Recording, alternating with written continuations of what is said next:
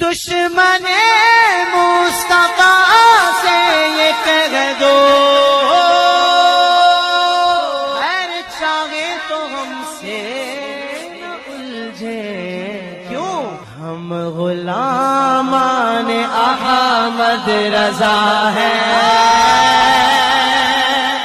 کوئی بھی ہم سے جیتا نہیں۔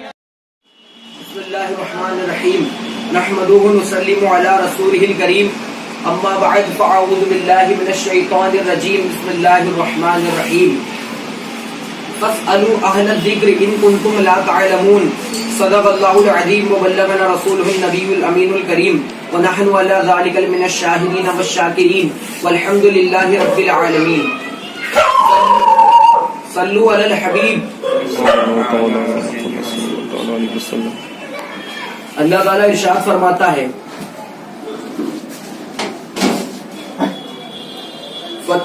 فَتَلَّقَى آدَمُ مِن رَّبِّهِ كَلِمَاتٍ فَتَابَ عَلَيْهِ إِنَّهُ هُوَ التَّوَّابُ الرَّحِيمُ۔ ترجمہ کنز ایمان۔ پھر سیکھ لیے آدم نے اپنے رب سے کچھ کلمے، تو اللہ نے اس کی توبہ قبول کی، بے شک وہی ہے بہت توبہ قبول کرنے والا مہربان۔ اے ہمارے رب، ربنا ظلمنا انفسنا وَإِن لَّمْ تَغْفِرْ لَنَا وَتَرْحَمْنَا لَنَكُونَنَّ مِنَ الْخَاسِرِينَ۔ مطلب آدم علیہ السلام کو اللہ تعالیٰ نے یہ کلمات سکھائے جو میں نے پڑھے، کون سے؟ ربنا ظلمنا انفسنا وَإِن لَّمْ تَغْفِرْ لَنَا وَتَرْحَمْنَا لَنَكُونَنَّ مِنَ الْخَاسِرِينَ۔ اس کا ترجمہ ہے، اے ہمارے رب، ہم نے اپنی جانوں پر زیادتی کی، اور اگر تو نے ہماری مغفرت نہ فرمائی اور ہم پر رحم نہ فرمایا تو ضرور ہم نقصان والوں میں سے ہو جائیں گے۔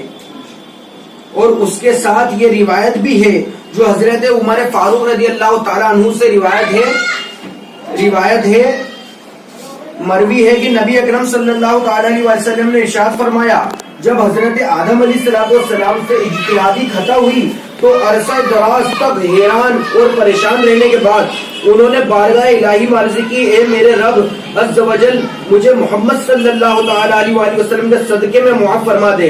اللہ تعالیٰ نے فرمایا، اے آدم، تم نے محمد صلی اللہ تعالیٰ علیہ وسلم کو کیسے پہچانا، حالانکہ ابھی تو میں نے اسے پیدا بھی نہیں کیا، انہیں پیدا بھی نہیں کیا۔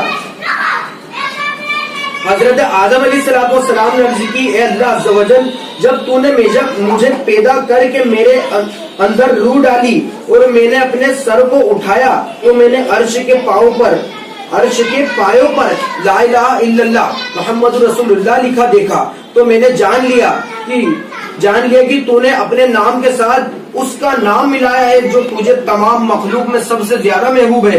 اللہ تعالیٰ نے فرمایا، اے آدم، تو نے سچ کہا، بے شک وہ تمام مخلوق میں میری بارگاہ میں سب سے زیادہ محبوب ہے۔ تم اس کے وسیلے سے مجھ سے دعا کرو، میں تمہیں معاف کروں گا، اور اگر محمد صلی اللہ تعالی علیہ وسلم نہ ہوتے تو میں تمہیں پیدا نہ کرتا۔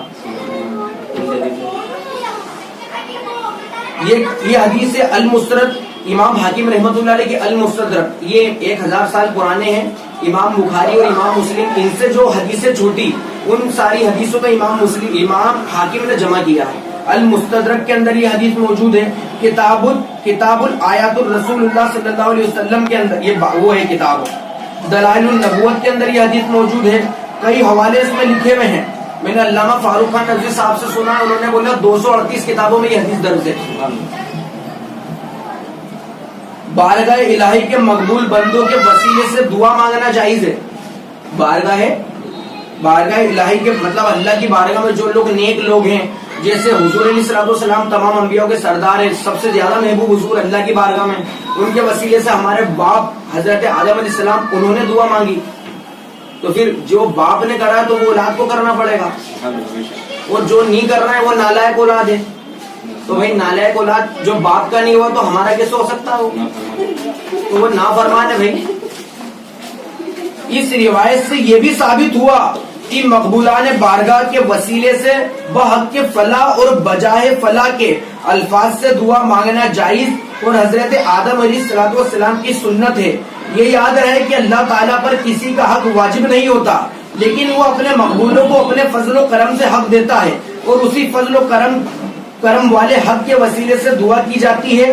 اسی طرح کا حق صحیح احادیث سے ثابت ہے، جیسے بخاری میں ہے، من آمن باللہ ورسولہ وآقم الصلاۃ وصام رمضان کان حقا علی اللہ ان یدخلہ الجنۃ، جو اللہ اور اس کے رسول پر ایمان رکھے اور نماز قائم کرے اور رمضان کے روزے رکھے تو اللہ عز و جل پر حق ہے کہ اسے جنت میں داخل کرے۔ اس حدیث کے امام بخاری نے کتاب الجہاد کے اندر لے کے آئے ہیں۔ توبہ کا مفہوم اور اس کا ارکان، توبہ کا مطلب کیا ہے اور اس کے ارکان کیا ہے۔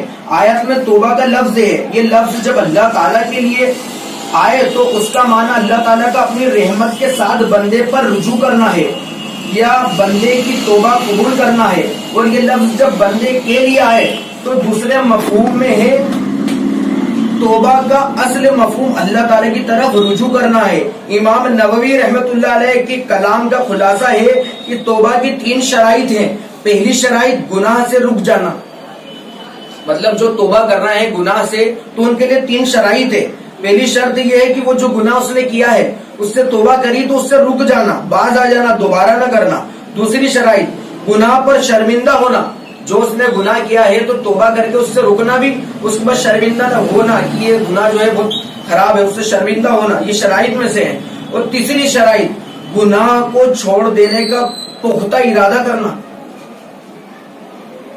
اگر گناہ کی تلافی اور تدراک ہو سکتا ہو تو وہ بھی ضروری ہے، جیسے اگر کسی نے نماز چھوڑی ہو تو اس کی توبہ کے لیے پچھلی نمازوں کی قضا پڑھنا بھی ضروری ہے۔ یوں نہیں کہ کسی نے دوسرے کا مال چوری اور غصب یا رشوت کے طور پر لے لیا تو توبہ کے لیے مال واپس کرنا بھی ضروری ہے۔ ایسا نہیں کسی کا مال ہڑپ لیا اور توبہ کر لے کہ اب ایسا نہیں کروں گا، تو جو مال تو نے لیا ہے وہ بھی اس کو دینا پڑے گا۔ توبہ کریے، اگر کسی کا دل دکھا ہے، ماں باپ کا دل دکھا دیا، وہ گھر میں بیٹھ کے توبہ کر رہا مسجد میں، اللہ مجھے معاف کر، ابھی پہلے ان سے جا کے بھی معافی مانگنا پڑے گی۔ جن کا دل دکھایا، جن کا تو نے مال ہڑپا ہے، چوری کری، رشوت لی، جن کے ساتھ ہوا ہے تو ان سے بھی جا کے معافی مانگنا پڑے گی۔ جن کا دل دکھا ہے، جن کے ساتھ تو نے زیادتی کری، ایسا نہیں اکیلے بھیا میں نے کر لی ہے تمہاری ضرورت نہیں، میں نے توبہ کر لی بس میرے اللہ جانو اور میں جانوں، تو بھائی ایسا نہیں ہوگا۔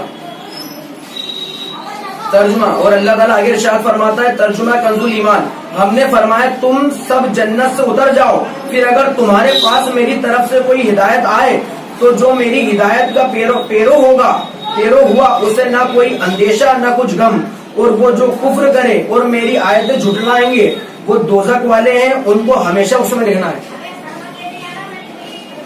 مفسرین فرماتے ہیں ہدایت الہی کے پیروکاروں کے لیے بشارت ہے کہ انہیں نہ تو قیامت کی بڑی گھبراہٹ کا خوف ہوگا اور نہ غمگین ہوں گے، بلکہ بے غم جنت میں داخل ہوں گے۔ یہاں جمع کا سیغے کے ساتھ سب کو اترنے کا فرمایا۔ اس میں حضرت آدم علیہ السلام اور حضرت حوا رضی اللہ تعالیٰ عنہ کے ساتھ ان کی اولادیں بھی مراد ہیں، جو ابھی حضرت آدم علیہ السلام کی پشت میں تھی۔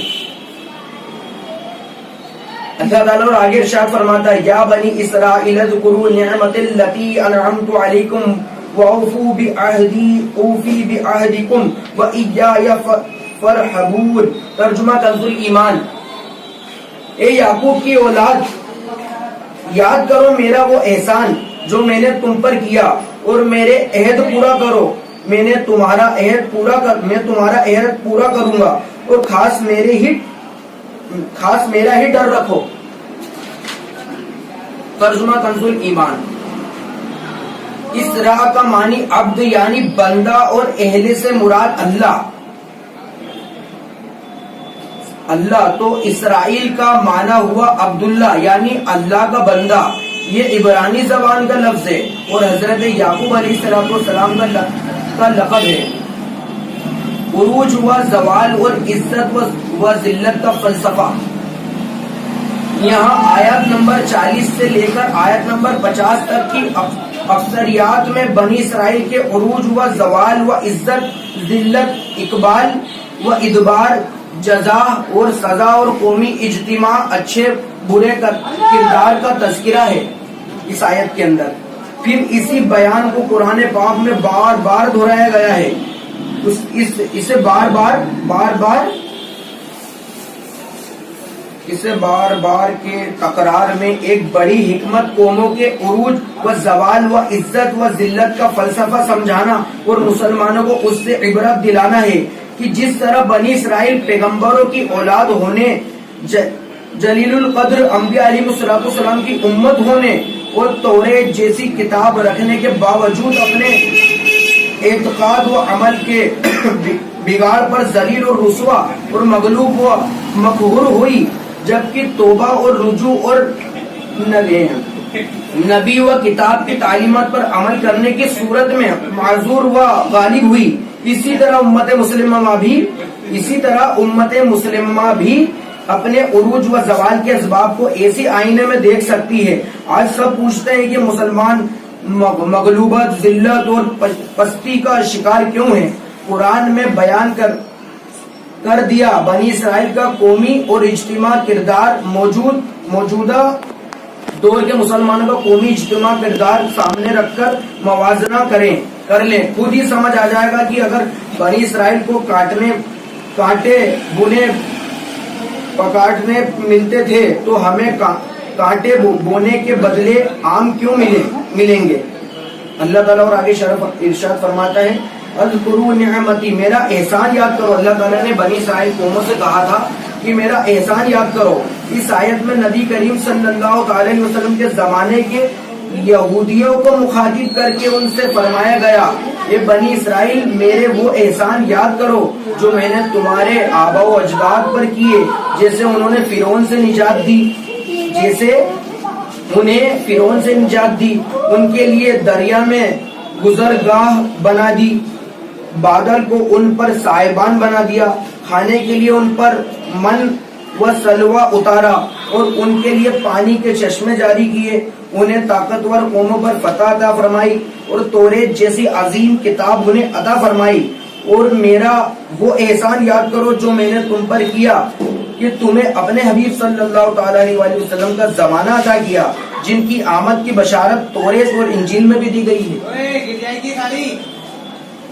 تفسیر جلالین اور تفسیر ساوی کے اندر یہ بات لکھی، یہ وہ پڑھ کے اختتام کرتے ہیں. خیال رہے کہ یہاں یاد کرنے سے مراد صرف زبان سے تذکرہ کرنا نہیں ہے، بلکہ ان سے مراد یہ ہے کہ وہ اللہ تعالیٰ کی اطاعت و بندگی کرے اور نعمتوں کا شکر بجا لائے، کیونکہ کسی نعمت کا شکر نہ کرنا اس کو بھلا دینے کے مترادف ہے. اور آگے اللہ ارشاد فرماتا ہے وَأَوْفُوا بِعَهْدِي، اور میرے عہد پورا کرو، یعنی اے بنی اسرائیل تم میرے حبیب صلی اللہ تعالی علیہ وسلم پر ایمان لا کر وہ عہد پورا کرو جو تم نے مجھ سے کیا، اور میں اس کے ثواب کے طور پر تمہیں جنت میں داخل کر کے تمہارے ساتھ کیا ہوا عہد پورا کروں گا. اور اپنے عہد کو پورا کرنے کے معاملے میں کسی اور سے ڈرنے کی بجائے صرف مجھ سے ڈرو. اس آیت میں جس عہد کا ذکر ہے اس کے بارے میں ایک قول یہ ہے کہ اس سے مراد وہ عہد ہے جو سورہ مائدہ میں یوں مذکور ہے. اللہ تعالیٰ ارشاد فرماتا بے شک اللہ نے بنی اسرائیل سے عہد لیا اور ہم نے ان میں 12 سردار قائم کیے، اور اللہ تعالیٰ نے فرمایا بے شک میں تمہارے ساتھ ہوں اگر تم نماز قائم کر رکھو اور زکوٰۃ دیتے رہو اور میرے رسولوں پر ایمان لاؤ اور ان کی تعظیم کرو اور اللہ کو قرض حسن دو تو بے شک میں تم سے تمہارے گناہ مٹا دوں گا اور ضرور تمہیں ان باغوں میں داخل کروں گا جن کے نیچے نہریں جا رہی ہیں. عہد کے بعد تم میں سے جس نے کفر کیا تو وہ ضرور سیدھی راہ سے بھٹک گیا. مطلب جس نے اللہ اس کے رسول پہ ایمان لائے، حضور کے تمام احکام مانے، نماز قائم کی، روزہ رکھا، حج کرا، زکوٰۃ دی، جو جو احکام حضور اسلام نے بتائے اور حضور کی تعظیم و توقیر کی. آج کچھ لوگ جو ہے سب کر رہا ہے، باقی اللہ کا عہد پورا نہیں کرنا ہے. اللہ تعالیٰ فرما رہا ہے کہ میرے محبوب کی تعظیم و توقیر کرو، لوگ تعظیم و توقیر سے روک رہے ہیں. تعظیم و توقیر کیا ہے؟ حضور علیہ السلام کا ادب کرنا، حضور علیہ السلام کا جب نام اقدس آتا ہے تو اس کو چومنا، یہ تعظیم و توقیر ہے. صحابہ کرام کا کیا عمل تھا؟ وہ کیسے تعظیم کرتے تھے؟ انہوں نے بھی قرآن پڑھا تھا. جب حضور بخاری شریف کی حدیث ہے، حضور علیہ السلام جب وضو بناتے تھے نا، وضو بناتے تو تمام صحابہ جھرمٹ لگا کے کھڑے ہو جاتے. جب پانی کا قطرہ گرتا تو لے کے منہ پہ مل لیتے اور ایک دوسرے سے جھگڑتے اگر پانی نہ ملتا تو حضور کے جسم سے جو لگا ہوا پانی اس کو لے کر کے منہ پہ مل لیتے. یہ تعظیم تھی, یہ برکت تھی. ایک قطرہ زمین پہ نہیں گرنے. اب لوگ کہہ رہے ہیں حضور کی بارگاہ میں کھڑے ہو کے سلام نہیں پڑھنا چاہیے. اب صحابہ کرام کھڑے ہوتے تھے حضور کی بارگاہ میں پیچھے. یہ تعظیم ہے بھائی. اور ہم جو کھڑے ہوتے ہیں وہ بھی تو تعظیم ہے. انہوں نے حضور کا زمانہ پایا, حضور کو اپنی ماتھے کی نگاہ سے دیکھا. ہمارے نصیب میں تو نہیں ہے نا. تو یہ مسئلہ جو تعظیم کے منکر کی ہوئے قرآن میں ہے نا, اللہ تعالیٰ کی میرے اے لوگوں اللہ رسول پہ ایمان لاؤ اور اس نبی کی تعظیم اور توقیر کرو. تو اللہ تو تعظیم اور توقیر کا حکم دے دیا. صحابہ نے کرا, تابعین نے کرا, تابعین نے کرا, ائمہ نے کرا, تمام اللہ والوں نے کرا. اور آج جو ہے جو 1924 کے بعد یہ ابھی 200-250 سال ہوئے, محمد بن عبد الوہاب نجدی پیدا ہوا نجد کے اندر پیدا ہوا. اس نے جو گھماسان شروع کرا بس اس کی حکومت آئی. فتنہ تھا وہ. حضور نے فرمایا تھا, بخاری شریف کی حدیث ہے کہ نجد سے ایک فتنہ پیدا ہوگا, فتنہ پیدا ہوئے گا اور جو ہے مسلمانوں کو مشرک کہے گا. تو وہ فتنہ پیدا ہوا آج سے 250 سال پہلے نجد میں. اس نے جو ہے معاذ اللہ سے فرلا اس نے لکھا کہ حضور کے بارگاہ میں کھڑوں کے سلام پڑھنا اور یہ حضور کے مزار پہ جانا ایسا ہے جیسے معاذ اللہ سے فرلا ایک بت کے سامنے کھڑا ہونا ہے. حضور کے مزار کو انہوں نے بڑا بت لکھا ہے. اب اس سے بڑا کیا گستاخی ہوئی. حضور صلی اللہ علیہ وسلم کو وسیلے کا انکار کرا, معاذ اللہ سے فرلا گستاخی کری. پھر وہی اثر جو ہے اپنے 1857 میں دیوبند میں آیا, ہندوستان سے دیوبند میں وہ اثر آیا. اب ان لوگوں نے لکھا معاذ اللہ سے فرلا کہ ان کی کتابوں رشید خلیل احمد تنبیہوی نے اپنی کتاب میں لکھا ہے کہ بولتے ہیں کہ دیوبند کے عالم صاحب کو حضور کی زیارت ہوئی تو انہوں نے پوچھا کہ حضور اسلام نے ان سے اردو میں مخاطب کو دیوبند کے عالم سے خواب میں آ گئے. تو دیوبند کے عالم نے بولا کہ حضور آپ تو عرب کے ہیں, عربی ہیں, آپ کو یہ اردو زبان کہاں سے آ گئی. تو معاذ اللہ اس میں لکھتا ہے کہ حضور نے کہا کہ جب سے ہمارا معاملہ مدرسہ دیوبند سے ہوا ہمیں یہ زبان آ گئی. معاذ اللہ استغفر اللہ. تو یہ گستاخی نہیں تو کیا ہے. یہ دکھا کے اب بتانا کیا چاہ رہا ہے. اور کتابوں میں لکھا ہے انہوں نے کہ حضور کو شفاعت جیسا ماننا, حضور کا یہ ماننا کہ حضور ہماری شفاعت کریں گے, وہ ابو جہل سے بھی بڑا مشرک ہے. انہوں نے لکھا حضور صلی اللہ علیہ وسلم کا جیسا علم ہے جانور اور پاگلوں کو ہے. انہوں نے لکھا کہ معاذ اللہ استغفر اللہ کی حضور کا میلاد منانا کنہیا کے جنم دن کے جیسا ہے. معاذ اللہ استغفر اللہ. یہ تو یہ تعظیم و توقیر کہاں ہے بھائی. تو جن کے دلوں میں تعظیم و توقیر نہیں ہے, حضور کا ادب نہیں ہے, ان سے دور ہو جاؤ. ان کے پیچھے نمازیں نہیں ہوئیں گی بھائی, ان کے پیچھے نماز نہیں ہوئے گی. صحابہ کرام اب تمہارے کو بتاتا ہوں کہ نماز کیوں نہیں ہوئی تھی. حضور صلی اللہ علیہ وسلم کے زمانے میں صحابہ کرام نماز پڑھا رہے ہیں. حضرت ابو داؤد شریف کی حدیث ہے, صحابہ کرام نماز پڑھا رہے ہیں. ایک صحابی رسول انہوں نے قبلے کی طرف تھوک دیا تھا تو صحابہ کرام ان کے پیچھے سے ہٹ کر نماز پڑھانے. تو وہ صحابی رسول حضور کی بارگاہ میں, یا رسول اللہ کیا بات ہے لوگ میرے پیچھے نماز نہیں پڑھتے ہیں. تو حضور نے فرمایا تم نے اللہ اور اس کے رسول کو اذیت دی ہے قبلے کی طرف تھوک کے. تو صرف قبلے کی طرف تھوکنے کی وجہ, وہ تو صحابی ہیں, صرف قبلے کی طرف سے تھوکنے کی وجہ سے صحابہ کرام ان کے پیچھے نماز پڑھنے سے ہٹ گئے. تو بھائی وہ تو کوئی اتنا بڑا معاملہ نہیں تھا, قبلے کی طرف تھا. تو اب وہ تو اتنا بڑا معاملہ نہیں تھا. ابھی جو حضور صلی اللہ علیہ وسلم کے زمانے میں معاذ اللہ جو حضور کی گستاخی کرے معاملہ تھا انجانے میں تھا, وہ تو جو ہے ہمارے لیے تعلیم امت کے لیے معاملہ پیش آیا ہے. کہ ایسا ہوا تو اس طرح نہیں ہوگا. صرف قبلے کی طرف تھوکنے والے کے پیچھے نماز اس وقت نہیں ہو رہی. تو پھر سوچ لو جو حضور کو بڑا بھائی کہے, حضور کا جنم دن منانا کنہیا کے جنم دن برابر کہے, تو اس کے پیچھے نماز کیسے ہوئے گی. جو کہے حضور کا علم ایسا ہے جیسا جانور پاگلوں کو, اس کے پیچھے نماز کیسے ہوئے گی. جو جن لوگوں کا عقیدہ حضور کا دیوار کے پیچھے کا بھی علم نہیں ہے, ان کے پیچھے نماز کیسے ہوئے گی. تو بھائی ان لوگوں سے باز آ جاؤ, بچ جاؤ ان لوگوں سے, یہ گمراہ ہے. میں نے اس دن مسلم شریف کی حدیث بتائی تھی, سرکار نے فرمایا کہ ان کو دور کر دو, کہیں تمہیں گمراہ نہ کر دیں, کہیں تمہیں فتنے میں نہ ڈال دیں. تو بھائی وہ کون لوگ ہیں. ہر کلمہ پڑھنے والا, اللہ الہ کہنے والا حق پر نہیں. اب ایک اور حدیث بتاتا ہوں تمہارے کو. حضور علیہ الصلوۃ والسلام کی بارگاہ میں صحابہ کرام کھڑے ہوئے ہیں. تو صحابہ کرام کہتے ہیں یا رسول اللہ آپ نے اس شخص کو دیکھا, ایک فلاں شخص ہے, فلاں شخص ہے, ذکر کر ہی رہے تھے, اتنے میں وہ سامنے آ گیا. تو حضور علیہ السلام سے کہتے یا رسول اللہ یہ وہی شخص ہے جس کے بارے میں ہم کہہ رہے تھے. تو وہ قریب آیا تو حضور نے پوچھا کیا تو یہ نہیں سوچ رہا ہے ہم سب میں کہ میرے سے بہتر کوئی نہیں ہے. تو وہ ہنستے ہوئے ہاں ہاں کہتے ہوئے نکل گیا. بولتا ہاں میں یہی سوچا ہوں سب میں بہتر میں ہی ہوں. تو حضور موجود ہے اور ہنستے ہوئے مسجد میں چلے گیا. پھر حضور نے فرمایا کون ہے جو اس کو قتل کر دے. تو حضرت ابوبکر صدیق رضی اللہ تعالیٰ عنہ گئے اس کو قتل کرنے, تو نماز پڑھ رہا تھا وہ. نماز پڑھ رہا تھا تو انہوں نے بولے کہ نمازی کو کیسے قتل کروں، تو آپ آ گئے. پھر حضرت عمر گئے تو پھر تب بھی وہ نماز میں تب آ گئے وہ. تو حضور نے فرمایا حضرت علی سے کہ علی اس کو قتل کر کے ہی آنا اگرچہ وہ کسی بھی حالت میں ہو. تو آپ گئے تھے تو وہ بھاگ گئے. حضور نے فرمایا اگر تم اس کو قتل کر دے تو میری امت کے 2 افراد آپس میں نہیں لڑتے. کتنا بڑا فتنہ تھا وہ. آج 2 امت کے 2 افراد لڑ رہے ہیں گھر میں سنی 24 ہے. یہ کیوں وجہ ہے؟ تو بھائی وہ دیوبندی کا فتنہ تھا، وہ منافقوں کا فتنہ تھا، اس لیے آپس میں مسلمان لڑ رہے ہیں. سمجھ رہے ہیں بات بھائی؟ یہ حدیثیں کہاں جائیں گی؟ صرف ہر طرح ہم فضائل دیکھیں گے، نماز کے احکام، وسیلے زکات کے احکام، کتاب نماز میں کتنے رکو، بس یہی سیکھتے رہیں گے. عمل اور وظائف سیکھتے رہیں گے، جب بنیاد نہیں دیکھو گے. بھائی بنیاد بھی کسی چیز کا نام ہے. حضور نے خود فرمایا کہ لوگوں جب تک کہ تم اس وقت تک تم مسلمان نہیں ہو سکتے جب تک کہ میری محبت سب سے زیادہ تمہارے دل میں نہ ہو. تو بھائی وہ حدیث کہاں جائے گی؟ حضرت عمر فاروق رضی اللہ تعالیٰ عنہ حضور کی بارگاہ میں ہے، یا حضور نے فرمایا کہ عمر تم مجھ سے کتنی محبت کرتے ہو؟ تو حضرت عمر فاروق رضی اللہ تعالیٰ نے فرمایا یا رسول اللہ میں آپ سے اتنی محبت کرتا ہوں اپنا مال وال سب لٹا دوں سوائے اپنی جان کو چھوڑ کے.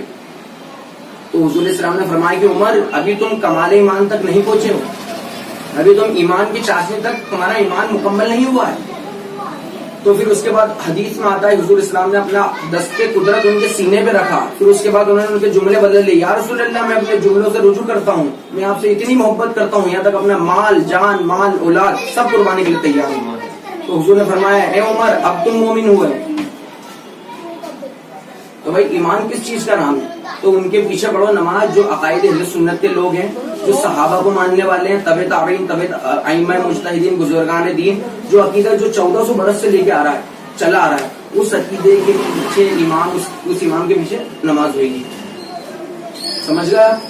اللہ تعالیٰ ایسے بدعقیدوں سے اور وسیلے کے منکروں سے ہمارے ایمان کی حفاظت فرمائے، اور اللہ تعالیٰ ہمارے کو اہل سنت و جماعت پر قائم اور دائم رکھے اور اسی پر خاتمہ کرے. آمین بجاہ النبی الامین صلی اللہ تعالی علیہ وسلم.